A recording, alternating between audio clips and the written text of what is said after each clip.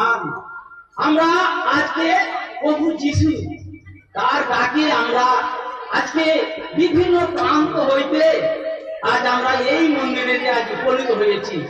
আমাদের জীবন কেমন কষ্টে দুঃখে যন্ত্রণায় মুচড়ে সুখে কেমন ভাবে আমরা বাড়ির মধ্যে পড়িয়েছিলাম, আজ আজ আমাদের ভাই বোনদের মুখে এত জ্যোতি, এত হাসি, এত আনন্দ কোথা হইতে আসিয়াছিল?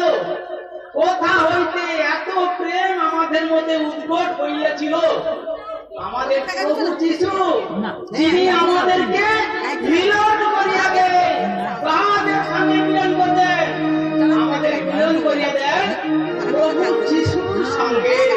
প্রভু যিশুর সঙ্গে আমাদেরকে মিলন করিয়া দেন। আর আমাদের পিতা হচ্ছেন প্রভু যিশু। তিনি কি বলেছেন? যে আমাকে দেখিয়ে